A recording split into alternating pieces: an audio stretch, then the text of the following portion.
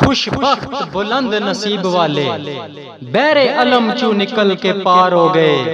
साडा वेख सफीना गर्दा बंदर संग दिलख दे असी लाचार हो गए। बेशक निकली उम्मीद नाकाम साडी, मत समझो के असी बेजार हो गए। होया की आबास जे अज साडी, जान हिक ते दुखड़े हजार हो गए। हैरत नाल अज साडे नकाद वेखण, क्यों कर हौसले उच्ची दीवार हो गए। करना की शुमार है हासदा ने, असी टुट के बेशुमार हो गए। साडा दर्दा ने होर वगाड़ना की, उस दे दर्द जो दर्द बरदार हो गए। होया की आबास जे अज साडी, जान हिक ते दुखड़े हजार हो गए।